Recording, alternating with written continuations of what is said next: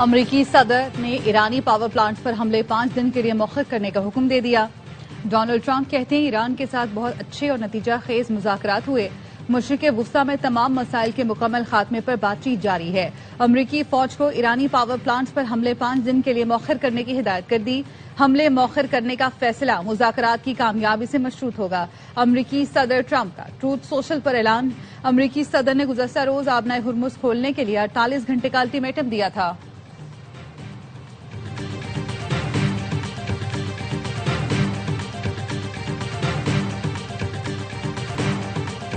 ایران نے امریکہ سے مذاکرات کا دعویٰ مسترد کر دیا۔ ایرانی وزارت خارجہ کا کہنا ہے کہ ٹرمپ کے بیانات توانائی کی قیمتیں کم کرنے کے لیے ہیں۔ ایران کی فارس نیوز ایجنسی کا کہنا ہے ٹرمپ ایران کی وارننگ کے بعد پیچھے ہٹ گئے۔ ایران نے پاور پلانٹس پر حملے کی صورت میں سخت جواب کی دھمکی دی تھی۔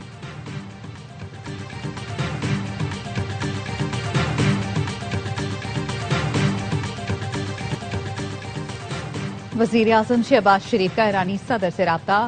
بہادر ایرانی عوام سے یکجہتی اور قیمتی جانوں کے ضیاع پر اس افسوس کا اظہار۔ وزیر اعظم شہباز شریف نے کشیدگی میں کمی، مذاکرات، سفارتکاری اور امت مسلمہ کے درمیان اتحاد پر زور دیا۔ شہباز شریف کا کہنا تھا پاکستان خطے میں امن کے فروغ کے لیے اپنا تعمیری کردار جاری رکھے گا۔ صدر ٹرمپ کے اعلان کے بعد عالمی مارکیٹ میں تیل کی قیمتوں میں زبردست کمی۔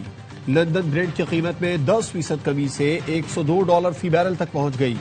امریکی WTI 9% کمی سے $89 فی بیرل پر آ گیا۔ عالمی مارکیٹ میں سونے کی قیمت میں بھی فی اونس $288 کمی ہوئی۔ پاکستان میں 1 تولہ 28,000 روپے سستا ہو گیا۔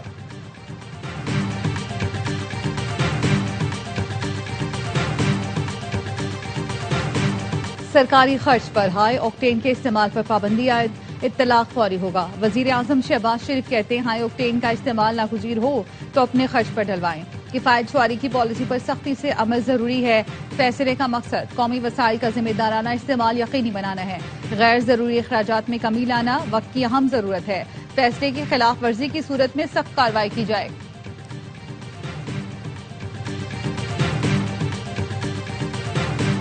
جیٹ فیول کی قیمت میں 46 روپے فی لیٹر اضافہ، 1 لیٹر 388 روپے کا ہو گیا۔ مشرق وسطی میں جنگ کے باعث دنیا کی 20 بڑی ایئر لائنز کو $53 ارب کا نقصان۔ فائنینشل ٹائمز کے مطابق جنگ نے خلیجی ملکوں کے ہوائی اڈوں اور پروازوں کو متاثر کیا۔ ایئر لائن انڈسٹری کورونا وبا کے بعد بدترین بحران کی لپیٹ میں ہے۔ جیٹ فیول کی قیمت دگنی ہو چکی ہے جس کے باعث ٹکٹس میں بڑے اضافے کا خدشہ ہے۔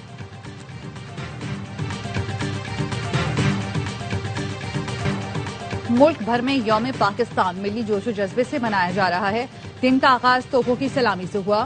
ملکی سلامتی کے لیے دعائیں کی گئیں۔ فضا پاکستان زندہ باد کے نعروں سے گونج اٹھی۔ صدر آصف زرداری نے نوریرا ہاؤس میں پرچم کشائی کی۔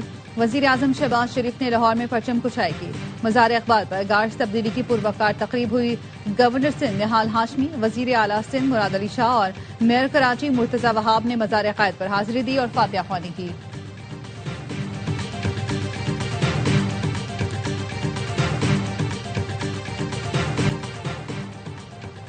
یوم پاکستان پر صدر آصف علی زرداری اور وزیر اعظم شہباز شریف کا قیام پاکستان کے لیے جدوجہد کرنے والوں کو خراج عقیدت۔ صدر آصف علی زرداری نے پیغام میں کہا قائد اعظم کا علیحدہ وطن کے قیام کا فیصلہ نہایت دانشمندانہ تھا۔ معرکہ حق کے دوران دشمن کی جارحیت کا بے خوفی سے مقابلہ کیا۔ وزیر اعظم نے کہا مسلح افواج اور قانون نافذ کرنے والے ادارے ملک کی آزادی اور خود مختاری کا دفاع کر رہے ہیں۔ معرکہ حق آپریشن بنیان المرصوص میں پاکستان کے مسلح افواج نے اپنے دشمن کو دندان شکن جواب دے کر سنہرا باب رقم کیا۔ طالبان کی غاصب ٹولے کی بلا اشتعال جارحیت کا جواب آپریشن غضب للحق کے ذریعے دیا گیا۔ نائب وزیر اعظم اسحاق ڈار کا کہنا تھا پاکستان اپنی جغرافیائی سرحدوں کے تحفظ کے لیے پرعزم ہے۔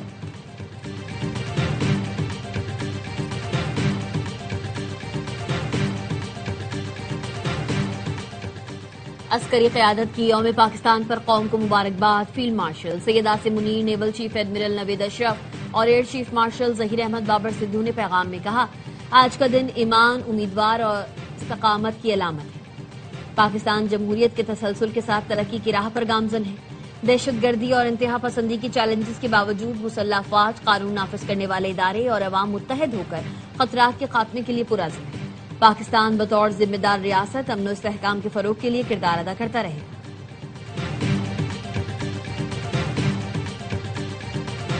اسرائیل کے ایران میں آبادیوں پر حملے، تہران سمیت دیگر شہروں پر بمباری، تبریز پر حملے میں 6 افراد شہید، 40 سے زائد زخمی۔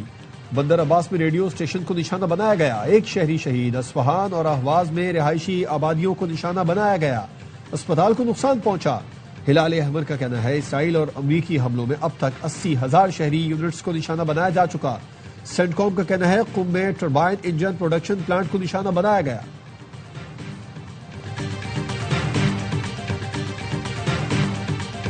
ایران کی اسرائیل پر کلسٹر بموں کی بارش، ڈیفنس سسٹم ایرانی میزائلوں کو روکنے میں ناکام رہا۔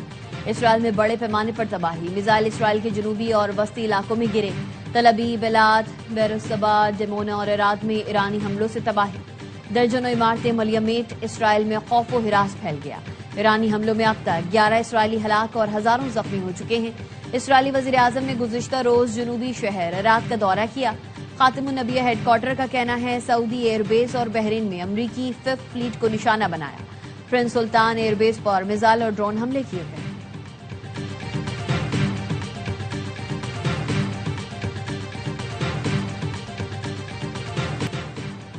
امریکی صدر ٹرمپ اور برطانوی وزیر اعظم کے درمیان ٹیلی فونک رابطہ، ابنائے ہرمز کھولنے کی ضرورت پر زور دیا۔ ترجمان 10 ڈاؤننگ سٹریٹ کے مطابق دونوں رہنماؤں نے اتفاق کیا ابنائے ہرمز کا کھلنا عالمی توانائی منڈی کے استحکام کے لیے ضروری ہے۔ ایرانی وزیر خارجہ کا کہنا ہے ابنائے ہرمز بند نہیں ہے، انشورنس کمپنیز جنگ کے باعث خوف کا شکار ہیں۔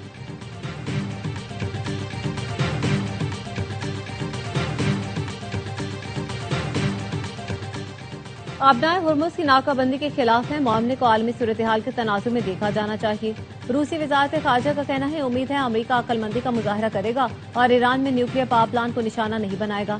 چین کا کہنا ہے آبنائے ہرمز کے بحران کو ختم کرنے کے لیے مذاکرات کا راستہ اپنایا جائے، کشیدگی بڑھنے سے پورا خطہ افراتفری میں مبتلا ہو جائے گا۔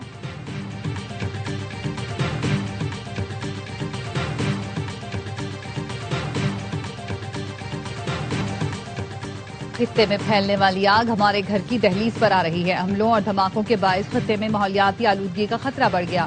وزیر مملکت مصدق ملک کہتے ہیں حکومت نے اپنے اخراجات کم کیے، کسانوں کی سہولت کے لیے پیٹرولیم مصنوعات کی قیمتیں نہیں بڑھائیں، وزیر اعظم نے اپنے دورے منسوخ کر دیے۔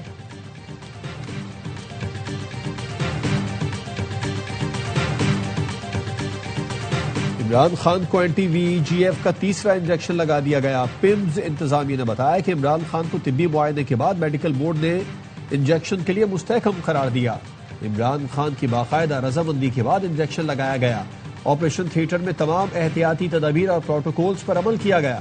ماہرین چشم نے مائکروسکوپی کی رہنمائی میں انجیکشن کا عمل مکمل کیا۔ عمران خان کی حالت پہلے، دوران عمل اور بعد میں بھی مستحکم رہی۔ میڈیکل بورڈ نے عمران خان کی بینائی کو تسلی بخش قرار دیا۔ عمران خان فالو اپ کی ہدایات اور دستاویزات کے ساتھ اسپتال سے ڈسچارج کر دیا گیا۔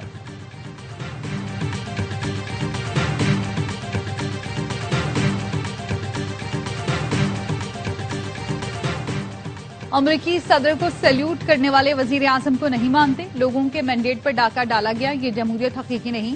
وزیر اعلیٰ خیبر پختونخوا سہیل آفریدی کا پشین میں پختونخوا میپ کے جلسے سے خطاب، کہا پنجاب، سندھ اور بلوچستان میں جعلی حکومتیں قائم ہیں، KP میں صرف عوام کی طاقت سے آئی حکومت ہے۔ اپوزیشن لیڈر محمود اچکزئی نے کہا جمہوری جماعتیں حالات میں بہتری کے لیے کردار ادا کریں، چاہتے ہیں پاکستان بہترین ملک بنے، پارلیمنٹ طاقت کا سرچشمہ ہو۔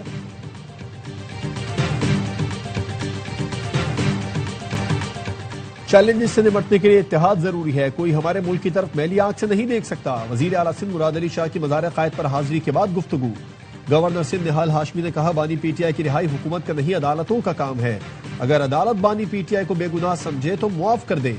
وزیر اعلیٰ پنجاب مریم نواز نے پیغام میں کہا آج کے دن الگ وطن کے قیام کی راہ ہموار ہوئی، پاکستان کو باوقار مقام دلانے کے لیے کسر نہیں چھوڑیں گے۔ وزیر اعلیٰ خیبر پختونخوا سہیل آفریدی نے کہا یوم پاکستان قومی ذمہ داریوں کی یاد دہانی کراتا ہے، ملک کو چیلنجز سے نکال کر ترقی کی راہ پر گامزن کرنا ہوگا۔ وزیر اعلیٰ بلوچستان سرفراز بگٹی نے کہا آج کا دن یاد دلاتا ہے کہ اتحاد اور نظم و ضبط سے ہی منزل پا سکتے ہیں۔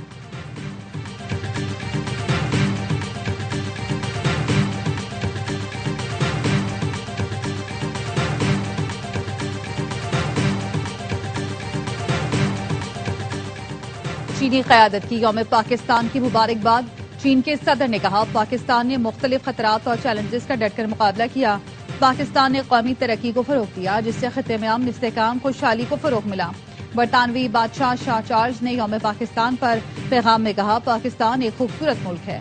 برطانیہ میں مقیم پاکستانی کمیونٹی کی خدمات قابل تحسین ہیں جن کی قدر کرتے ہیں.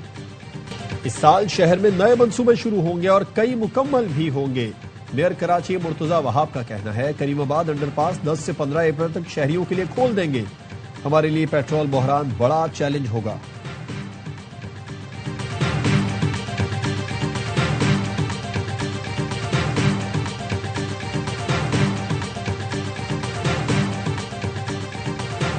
مصطفیٰ عامر قتل کیس کراچی میں ارمغان کے گھر پر چھاپے کے دوران مقابلے میں زخمی D S P S N Zulfiqar دم توڑ گئے.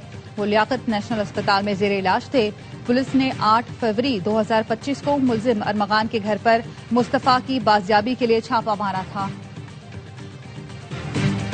نیو یارک ایئرپورٹ پر ایئر کینیڈا کا طیارہ لینڈنگ کے دوران ٹرک سے ٹکرا گیا. طیارے کا اگلا حصہ تباہ. 5 فائر فائٹر سمیت 100 سے زائد مسافر زخمی. واقعے کی تحقیقات شروع کر دی گئی.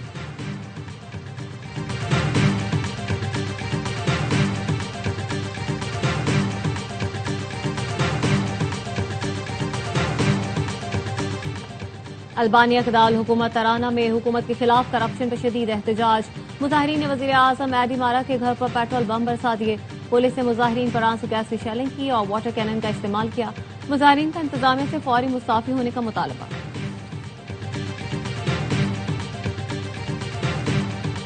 میٹھی عید کا تیسرا روز سیر سپاٹے کا فائنل راؤنڈ. 2 دن تک عیدی جمع کرنے والے بچے عیدی خرچ کرنے میں پیش. ملتان میں شہریوں نے قلعہ کونا قاسم باغ کا رخ کر لیا. سکھر میں لب مہران پر سیر کے لیے آنے والوں کا ہجوم لگ گیا. گھروں پر بھی دعوتوں کا سلسلہ جاری. جو کل بنے تھے مہمان آج بن گئے میزبان. میٹھی عید کے بعد کرکٹ کی عید کی تیاری. پی ایس ایل 11 کے آغاز میں 3 روز باقی. اسٹیو اسمتھ سمیت غیر ملکی کھلاڑی اور کوچز پاکستان پہنچنا شروع. کراچی کنگز کا اسکواڈ لاہور پہنچ گیا. بی سی بی کے جاری کردہ نئے شیڈول کے مطابق کراچی اور لاہور میں 22 میچز کھیلے جائیں گے. افتتاحی میچ سمیت دونوں ایلیمنیٹر اور فائنل بھی لاہور میں ہوگا. توانائی بحران کے خاتمے تک شائقین کو اسٹیڈیم آنے کی اجازت نہیں ہوگی. کامنٹری پیلن کا اعلان. Wasim Akram, Rameez Raja, Mike Hesson, McKnight اور J P Duminy, Urooj Mumtaz, Bazid Khan, Mark Butcher, Carlos Brathwaite, Martin Guptill بھی شامل. شعیب ملک، ثنا میر، سلمان بٹ اردو کامنٹری کریں گے.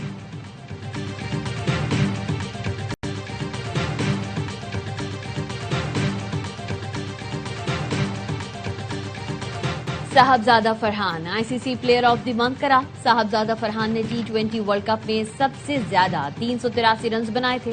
قومی بلے باز نے ورلڈ کپ میں 2 سینچریز بھی سکور کی.